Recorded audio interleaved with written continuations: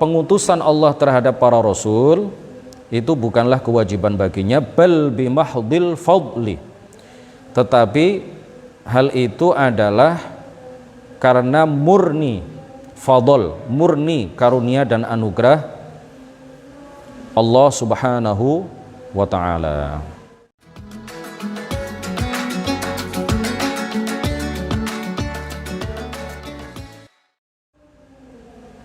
Assalamualaikum warahmatullahi wabarakatuh.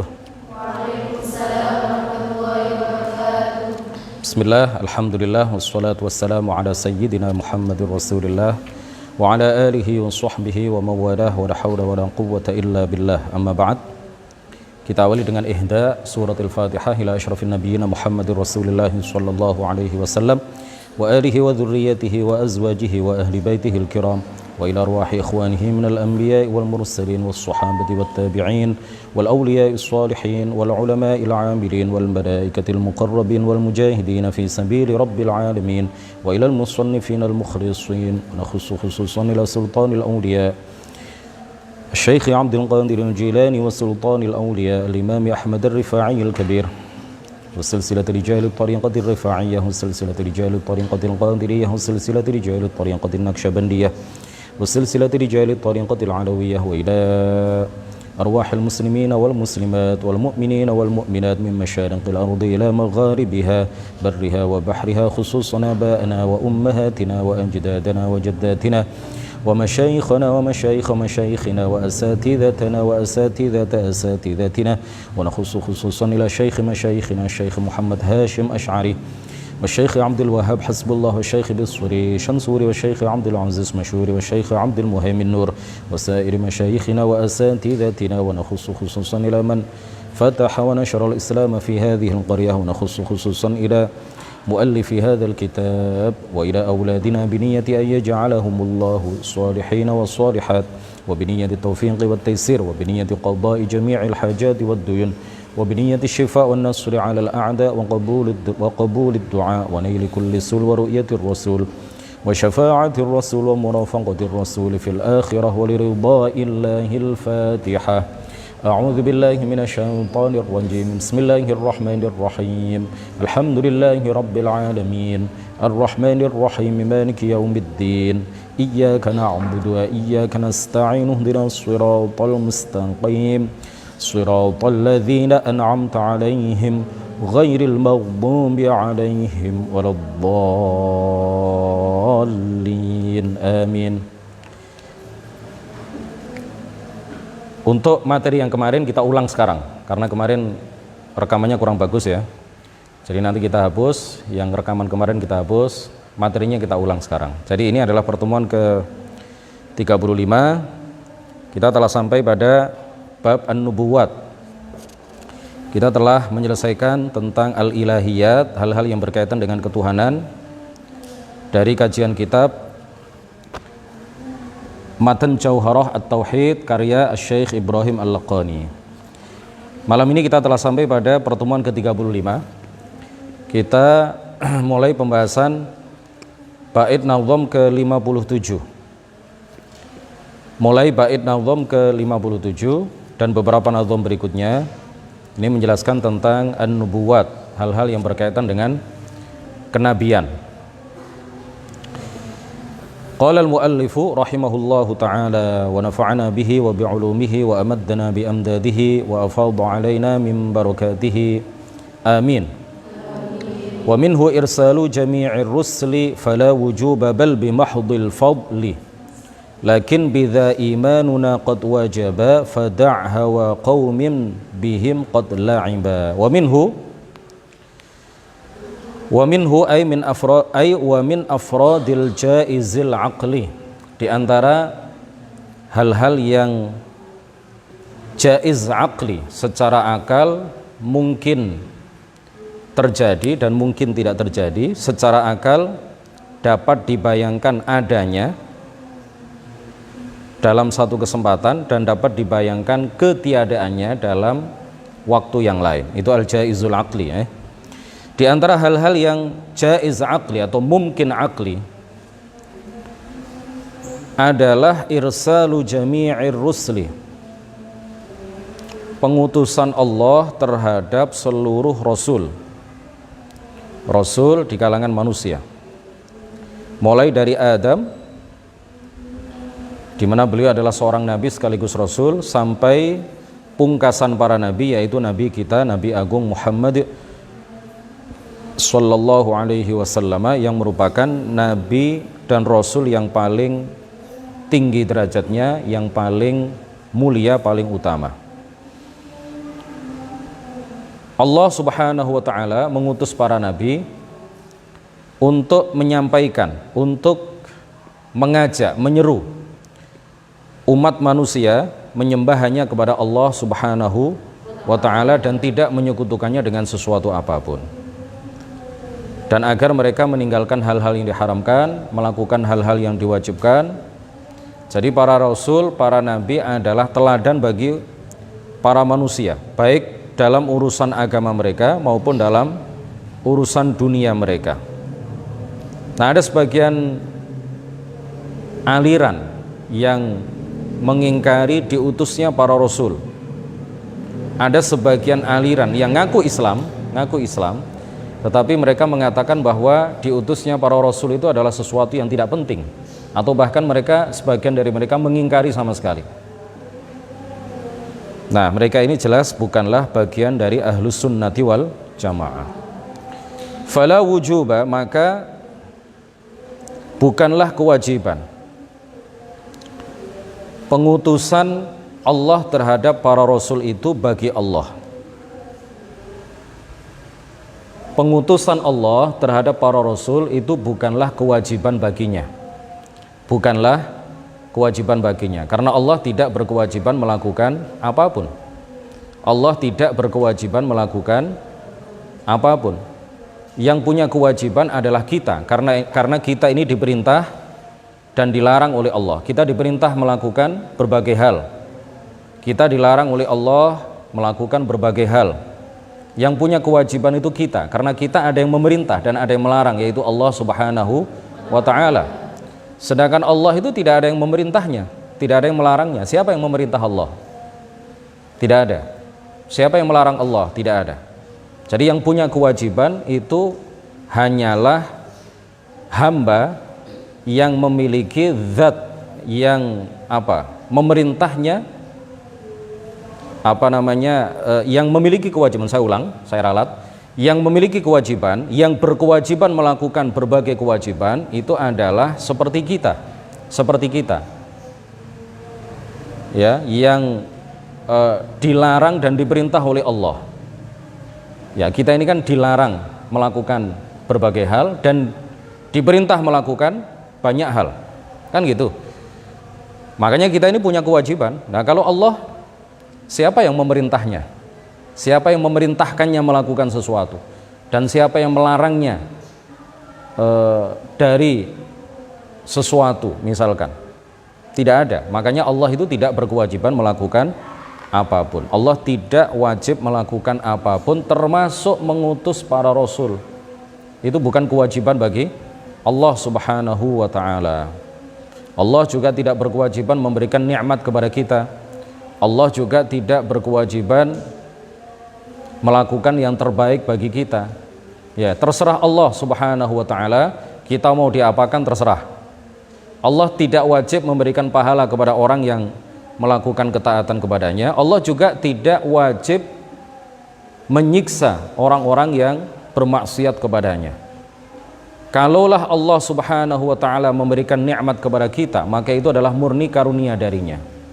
Itu adalah murni anugerah darinya, murni fadl darinya. Kalaulah Allah Subhanahu wa taala memberikan pahala, balasan yang baik kelak di akhirat, yang menggembirakan terhadap orang-orang yang berbuat taat kepadanya, maka itu juga semata-mata adalah karunia dan anugerah darinya, bukan kewajiban baginya. Karena Allah sekali lagi tidak berkewajiban melakukan apapun. Kalaulah Allah Subhanahu wa taala menyiksa orang-orang yang kafir, yang tidak mau taat kepadanya dan kepada para nabi yang diutusnya, menyiksa mereka di neraka kelak, maka itu murni adalah keadilan baginya, bukan kewajiban baginya. Jelas ya? Karena itu Allah Subhanahu wa taala ditegaskan di bait nazam ke-57 ini fala wujuba. Pengutusan Allah terhadap para rasul itu bukanlah kewajiban baginya, bal bimahdil fadli. Tetapi hal itu adalah karena murni fadl, murni karunia dan anugerah Allah Subhanahu wa ta'ala. Jadi itu adalah murni kebaikan Allah kepada kita. Tanpa diutusnya para rasul, kita tidak akan mengetahui mana yang baik dan mana yang buruk. Tanpa diutusnya para rasul, kita tidak akan pernah tahu bagaimana cara menutup aurat yang benar, bagaimana cara melakukan sholat, apa saja hal-hal yang menyelamatkan kita di akhirat, dan apa saja hal-hal yang menyengsarakan kita di akhirat, sehingga wajib kita hindari. Tanpa diutusnya para rasul, kita tidak akan mengetahui itu semua, karena akal semata tidak akan bisa membedakan mana yang menyengsarakan di akhirat dan mana perbuatan-perbuatan atau ucapan-ucapan yang membahagiakan seseorang di akhirat, yang membuat seseorang meraih kebahagiaan abadi di akhirat. Dengan akal semata tidak akan bisa dibedakan antara ini dengan yang itu. Makanya kita ini butuh penjelasan mengenai hal itu semuanya, mengenai apa saja yang membawa kemaslahatan bagi kita. Kita butuh terkait dengan penjelasan itu semuanya dari para rasul yang menerima wahyu dari Allah Subhanahu wa ta'ala.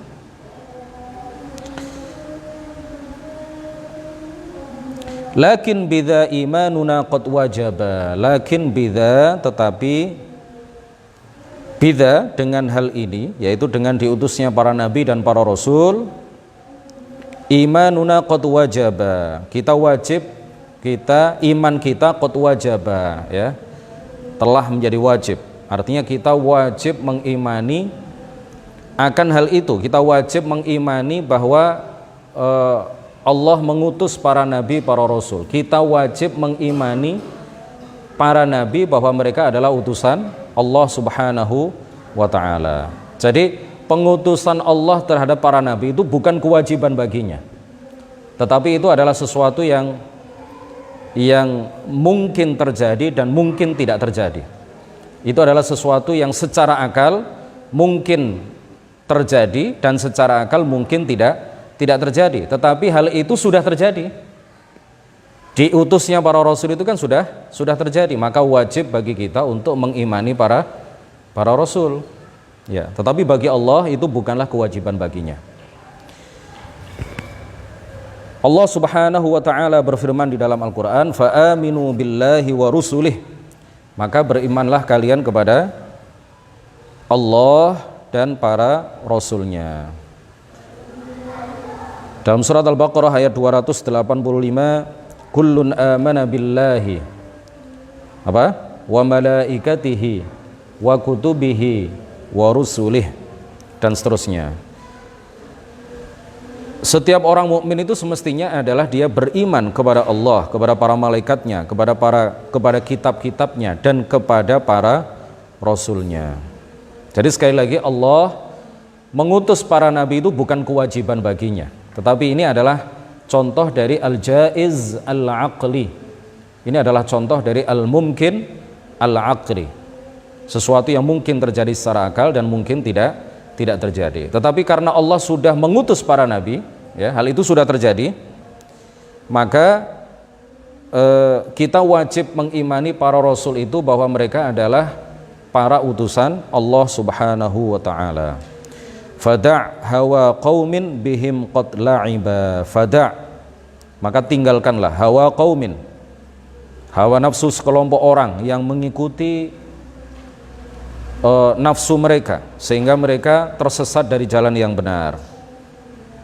Bihim qad la'iba, mereka ini adalah orang-orang yang tala'aba hawa nafsihim wasyaitanu fa'asqatuhum fi wihadid dhalal. Ya, keterangannya begitu. Fada' hawa qaumin bihim qad la'iba. Ya, dengan mereka ini, kepada mereka ini, ya, atau terhadap mereka ini, terhadap kaum ini, kaum yang mengikuti hawa nafsu mereka ini, setan telah mempermainkan mereka sehingga menyerumuskan mereka ke dalam lubang atau ke dalam jurang kesesatan. Bait nazam ke-59. Qala al-muallifu rahimahullahu taala wa wajibun fi haqqihim lamanah wa sidquhum wa dhif lahal fatanah. Wa wajibun, dan wajib sebagaimana diberitakan oleh syariat, sebagaimana diberitakan oleh syari', yaitu Allah Subhanahu wa taala, fi haqqihim, bagi mereka, pada diri para nabi itu beberapa hal, diantaranya adalah lamanah atau al-amanah. Jadi bacanya ini untuk menyesuaikan dengan wazan yang dipakai oleh pengarang kitab, untuk menyesuaikan dengan bahar yang digunakan oleh pengarang kitab, maka al-amanah, kata yang seharusnya kita baca al-amanah, kita baca dengan cara lamanah, ya. Ini namanya an-naql wad-daraj. An-naql wad-daraj, ya, istilah dalam ilmu arud. Wa wajibun fi haqqihim lamanah. Wa wajibun fi haqqihim, gimana cara bacanya? Lamanah. Kalau dibaca wa wajibun fi haqqihimul amanah, rusak, wazannya rusak, ya, baharnya rusak.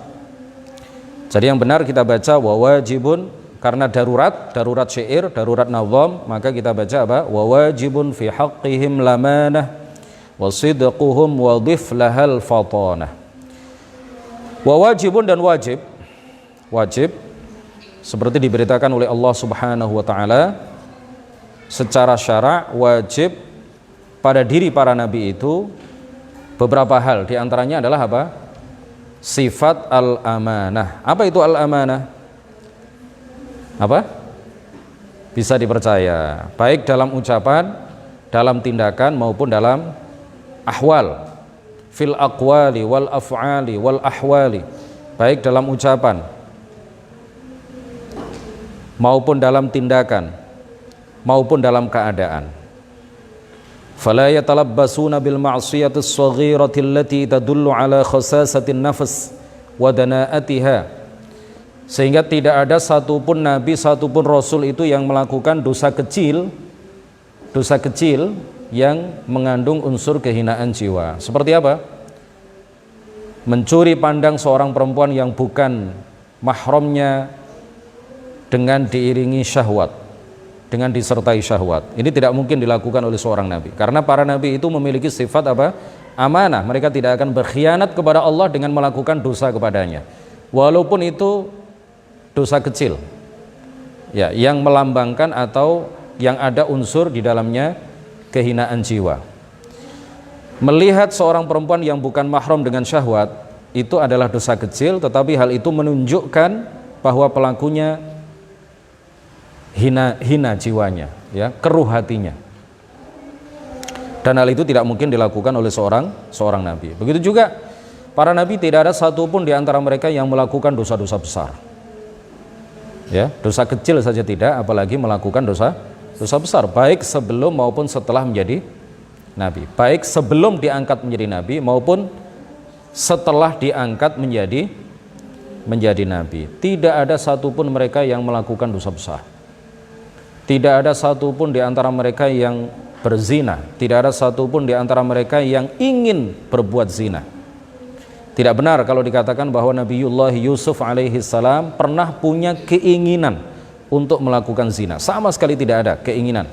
Terbersit keinginan sedikit pun untuk melakukan zina, itu tidak ada di dalam hati Nabi Yusuf alaihi salam. Apalagi kemudian berbuat zina, wal'iyadzu billahi ta'ala. Keinginan saja tidak ada, apalagi berbuat zina. Kemudian tidak ada satupun nabi dan rasul yang melakukan kekufuran, kemusyrikan, yang menyembah selain Allah, baik sebelum maupun setelah diangkat menjadi nabi. Tidak ada di antara para nabi dan rasul satupun di antara mereka yang pernah menyembah bintang atau bulan atau matahari, atau menganggap bulan, bintang dan matahari sebagai Tuhan. Nggak ada. Nabi Ibrahim itu tidak pernah menganggap bulan sebagai Tuhannya. Nabi Ibrahim tidak pernah menganggap bulan sebagai bulan, bintang, dan matahari sebagai Tuhannya. Apalagi kemudian menyembahnya. Ya, na'udzubillahi min dzalika. Menganggapnya saja sebagai Tuhan tidak, apalagi menyembahnya. Nah, para nabi itu tidak ada satupun di antara mereka yang pernah menyembah selain Allah. Sejak mereka kecil sudah diberi ilham oleh Allah Subhanahu wa taala bahwa satu-satunya Tuhan yang berhak disembah hanyalah Allah Subhanahu wa taala. Jadi tidak ada satupun para nabi yang melakukan dosa kecil yang mengandung unsur kehinaan jiwa, tidak ada satupun di antara para nabi yang melakukan dosa besar, dan tidak ada satupun nabi yang melakukan kufur dan syirik kepada Allah Subhanahu wa taala, karena ini semuanya adalah bentuk-bentuk dari khianat kepada Allah. Ini semuanya adalah bentuk-bentuk khianat kepada Allah. Menyembah selain Allah itu berarti berkhianat kepada Allah Subhanahu wa taala. Hal itu tidak mungkin dilakukan oleh seorang nabi, karena nabi salah satu sifatnya adalah apa? Amanah. Sifatnya adalah amanah.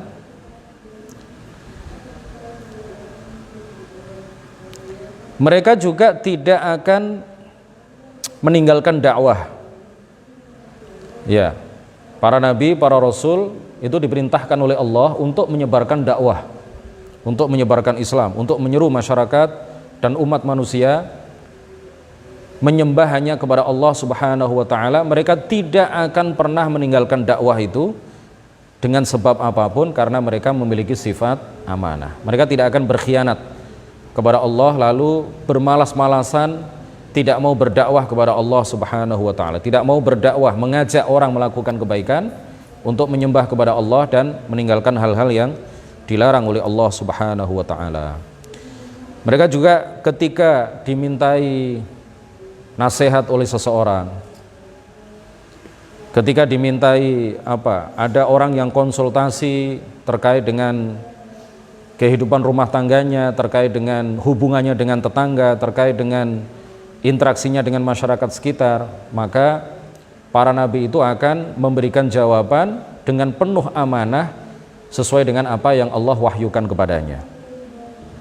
Ya, tidak akan memberikan jawaban-jawaban yang menyesatkan, karena para nabi itu memiliki sifat amanah. Dan apabila mereka dititipi barang misalkan, maka mereka akan menjaganya dengan penuh amanah. Makanya Rasulullah Shallallahu Alaihi Wasallam sengaja untuk memerintahkan Sayyidina Ali tidak berhijrah terlebih dahulu ke Madinah. Beliau menahan Sayyidina Ali beberapa lama. Kenapa? Karena barang titipan dari orang-orang, sebagian itu orang-orang kafir, karena mereka tahu bahwa Rasulullah adalah orang yang amin, orang yang bisa dipercaya. Makanya orang-orang kafir itu merasa nyaman kalau barang-barang berharga mereka dititipkan kepada Sayyidina Muhammad sallallahu alaihi wasallam. Ketika beliau hijrah, sengaja menahan Sayyidina Ali beberapa lama di Mekah untuk tidak hijrah terlebih dahulu. Kenapa? Sayyidina Ali diperintahkan oleh beliau untuk mengembalikan barang-barang titipan yang para penduduk Mekah titipkan barang-barang itu kepada Nabi Muhammad, dikembalikan oleh Sayyidina Ali ya atas perintah Rasulullah kepada para pemiliknya.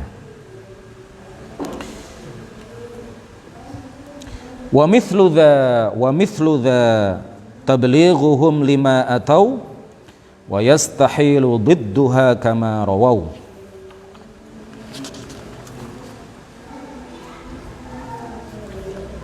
Wa mithlu dha tablighuhum lima atau wa yastahilu didduha kama atau. Di antara sifat wajib bagi para nabi, artinya adalah di antara sifat yang pasti ada pada diri nabi. Sebentar, yang penggalan kedua dari bait nazam ke-59 tadi belum saya jelaskan. Wasidquhum wadhif lahal fatanah. Wasidquhum, di antara hal yang pasti ada pada diri para nabi adalah apa? Sifat jujur. Sifat apa? Jujur, sidq. Pertama tadi apa? Amanah. Kedua, jujur. Sidq, tidak ada nabi itu yang pembohong. Nabi Ibrahim tidak pernah berbohong sebanyak 3 kali. Nabi Ibrahim tidak pernah berbohong. Nabi Ibrahim tidak pernah berdusta. Nabi Muhammad tidak pernah berdusta. Kamu kalau misalkan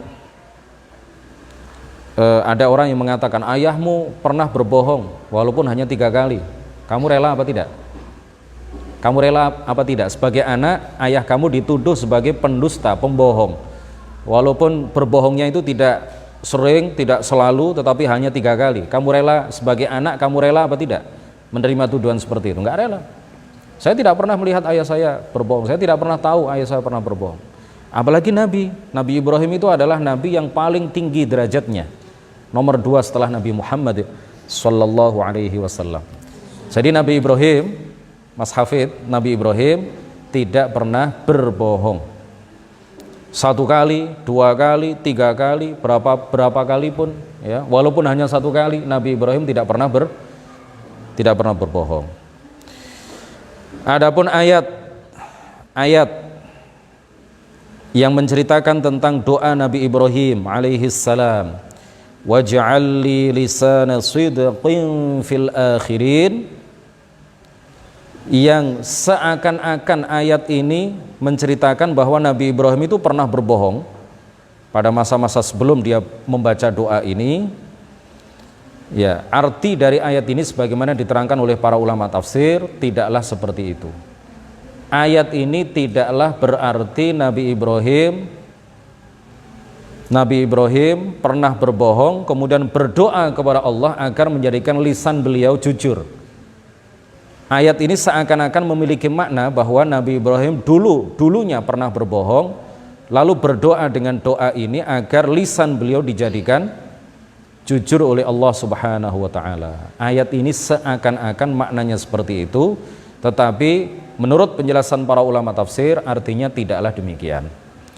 Apa yang dimaksud dengan doa Nabi Ibrahim yang disebutkan oleh Allah Subhanahu wa taala dalam surat Asy-Syu'ara ayat 84 ini, waj'al li lisana sidqin fil akhirin,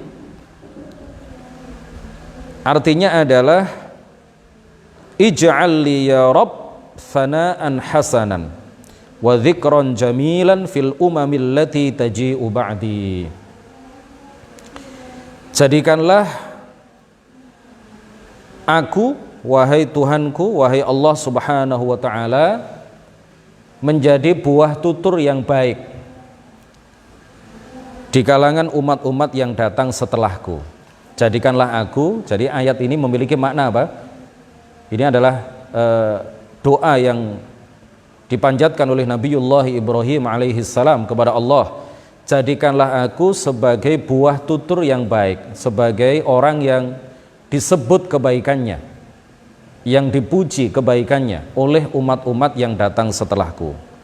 Jadi bukan berarti lisan sidqin itu artinya bukan lisan lidah yang jujur, bukan.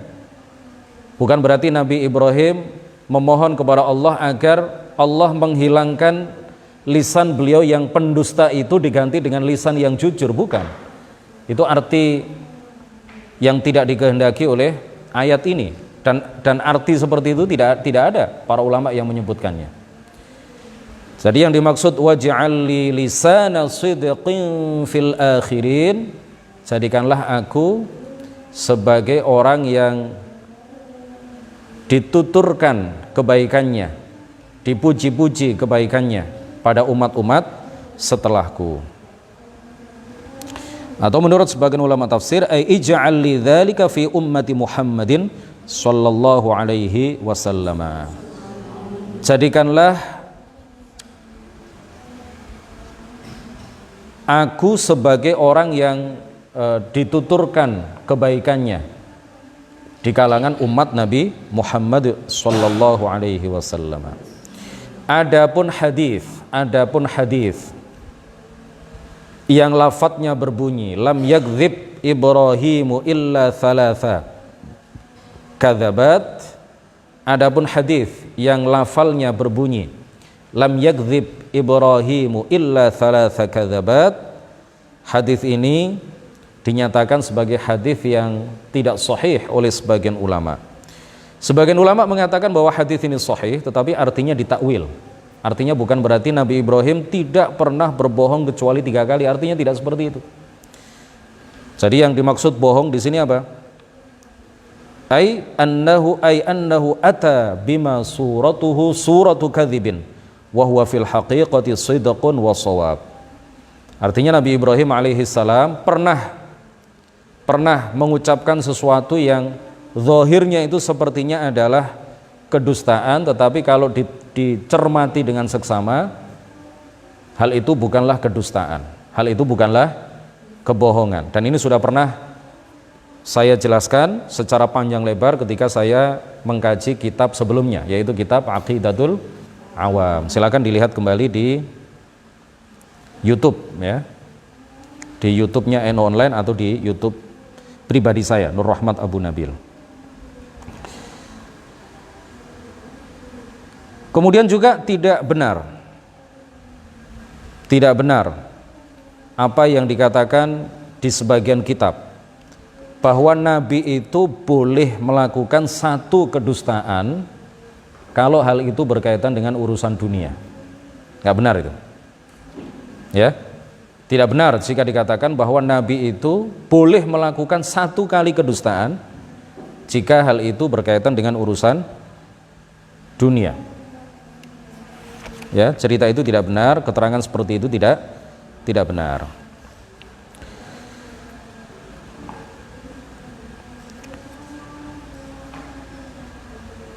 Untuk bait nazom ke-60, 61 dan seterusnya insya Allah kita lanjutkan pada pertemuan ke-36 hari Selasa depan.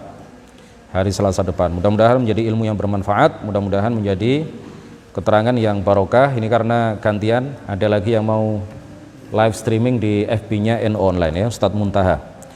Saya cukupkan sampai di sini. Subhanakallahumma bihamdik asyhadu an la ilaha illa anta astaghfiruka wa atubu ilaik. La ilaha illallah. Allahumma shalli ala sayyidina Muhammad wa ala alihi wa sahbihi wa sallim. Rabbighfirli wa liwalidayya wa lil mu'minina wal mu'minat. Wassalamualaikum warahmatullahi wabarakatuh.